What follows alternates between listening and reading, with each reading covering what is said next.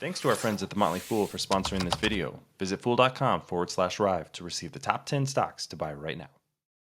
All right, the market is down and there are some great values out there, but not every stock is a good value. So we wanted to go through a few companies that we still really don't like from an investment perspective. And to do that, I brought on Jon Quast. Jon, how are you doing today? I'm doing well, Travis. Thank you. There's a number of companies, and we've got a really good list of stocks that I think are still kind of stay away from right now. But you want to start with the big one. Why should we still be questioning the future of Carvana?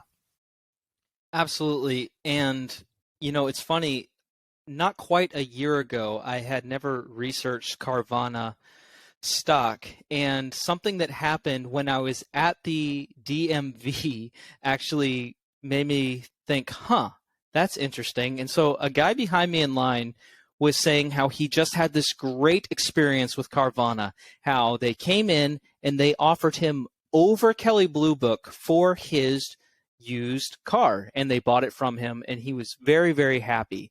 And on many fronts, I think that you could make a strong case that Carvana is a very, very good company for customers. I think that customers really do love the experience of Carvana, getting a simple offer for your used car, being able to buy a used car using e-commerce and having it just show up at your house without having to haggle at a dealership. I think that is solving a lot of customer pain points. However, it doesn't necessarily mean that it is a great business for shareholders. And so when you're paying over what the value of the car is, you're assuming that you can sell it for even more still. Now, this actually is something that was playing out for Carvana throughout 2019, 2020, 2021. What was happening? You had very, very low interest rates. You had an environment where supply was hard to come by with cars. And you also had a situation where the government was giving incentive to consumers to spend. And so all of a sudden, all these confluence of factors turns out, Carvana could overpay for cars and still make gross profit on the sale. And it was no problem. And their only goal was to acquire as much inventory as they possibly could. They're trying to be the biggest used car dealership in the world. And so they're buying up as much inventory as they can. To do that, they're having to pay more and more and more. And they are finally left holding the bag here in 2022. Used car prices demonstrably high, roughly more than 2 times more expensive than what they should be. That price is starting to come down. Interest rates are going up, which means that consumers can afford less. And so all of a sudden here, Carvana cannot move inventory. Some anecdotal evidence is suggesting that Carvana is pulling some of the inventory now off of the consumer-facing side of their business, starting to offer it back to wholesalers, but still at above perhaps the value of that car from a Kelley Blue Book perspective, and so they're not moving it there either. This is a real problem, and in the most recent earnings call, they're talking about their path to break-even profitability on an EBITDA basis. So that's earnings before interest, taxes, depreciation, and amortization, but the important one there is I, before interest. And so the company does have a lot of debt. They do have high interest payments. And even one of the analysts did push back in the call saying, I don't see how you actually get to a point where you're covering your interest payments at this point. And it seemed like a little bit of a wave of the hand from management, like, if you sell the cars for this price, maybe you can.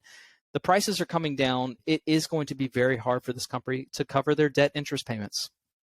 This is interesting because I think it's exactly what happened with Zillow and OfferPad and Opendoor in the iBuying business, where you're right.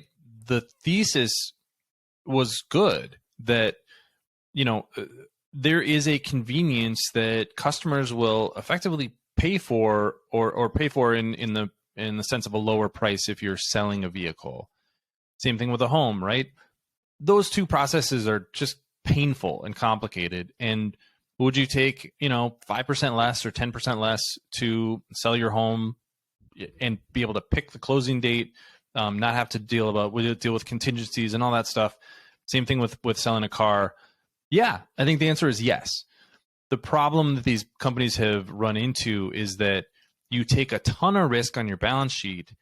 And the thing that I think we I definitely overlooked, and I think the market probably overlooked, is that you become the buyer of last resort.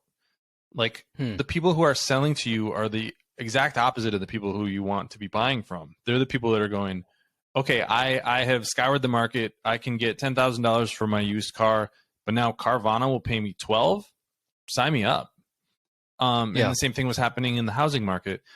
And so that's the fatal flaw, I think, that we've seen in a lot of these business models, is that they just fundamentally they're not profitable, at least, where we are today, and they weren't built to scale the way that I think a lot of these companies thought. I still like the concept, but you're right. This has been a pretty bad business. I wanted to talk about energy. So energy stocks have done really well over the last year. That doesn't mean that every energy company is a really good energy company.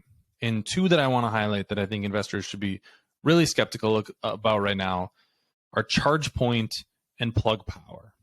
The reason is the energy industry fundamentally should be about what are we investing and what are we getting out of that investment. So return on investment, return on equity, whatever metric you want to use. What are your operating margins? What are your net margins?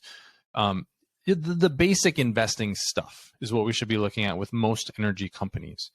Something like ChargePoint, they're building out most of their business is actually just selling chargers. So they're making chargers and then they're selling them to a customer. So you better be able to make money on selling that charger to a customer, or you have a really bad business. The other piece of their business is selling electricity. So you install a charger at, let's say, a business, and then you make a deal with them and say, we'll sell electricity for X amount per kilowatt hour. Well, it turns out they're losing money on that business in some sort of, we'll make it up on the back end way. And I have yet to be convinced of how in the world they're going to do that. This is a business that they should be profitable right now. Because the other thing to think about is that there's literally no difference between one charger and another charger. If you have a charger at your house, that doesn't mean I can't put one in my house. It doesn't make your charger, worth $10,000 and my charger worth $5,000. Like they're the same thing. It's a commodity. They're delivering electricity. This is not a high margin business. There's nothing about it that's high margin. And Plug Power on the other side could be a really big business in hydrogen. They have never proven that they can make money. They've been great at raising capital. They've been great at burning money. They have never proven that they can make money. So it's these speculative investments that investors got really excited about, something that's got a lot of hype behind it in the future. I still think these companies are overvalued, and I would not touch them with a 10-foot pole right now. So what's the next stock you wanted to cover, John? Yeah, and for many of the same reasons, Travis, the company that I want to talk about here is Wayfair. This is the online furniture company, home goods, home furnishings, all that kind of stuff, e-commerce.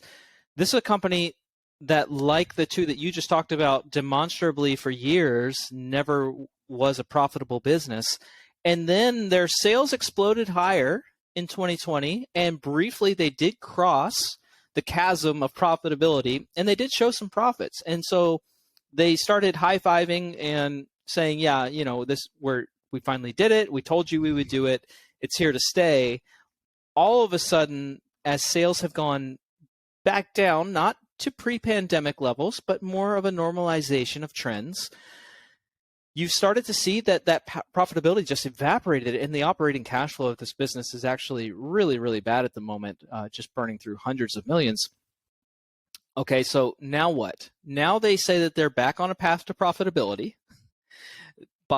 They've already found, I believe the number was 500 million in savings in their business, and they're going to find several hundred more, and that should get them back to break even on an adjusted basis when all is said and done.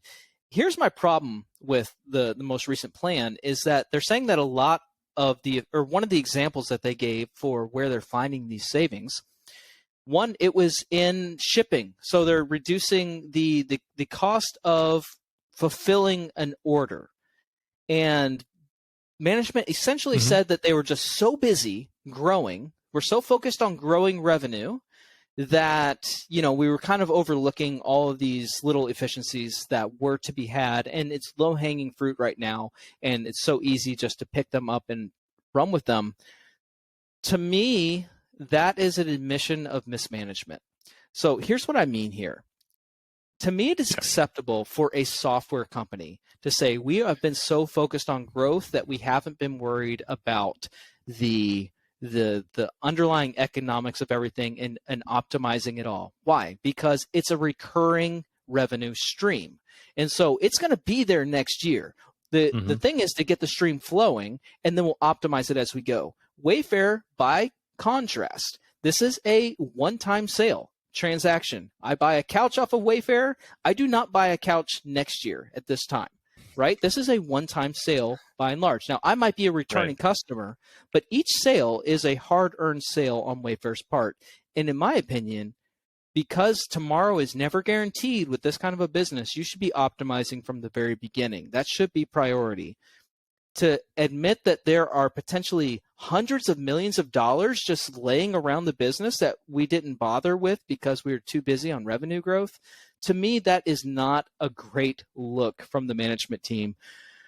As I look ahead into the new year, yes, the stock is already down more than 90%, but for me, this is not a company where I have confidence in the management team, and I don't have confidence in the cash flow potential of the business, even if it can keep taking market share within its niche.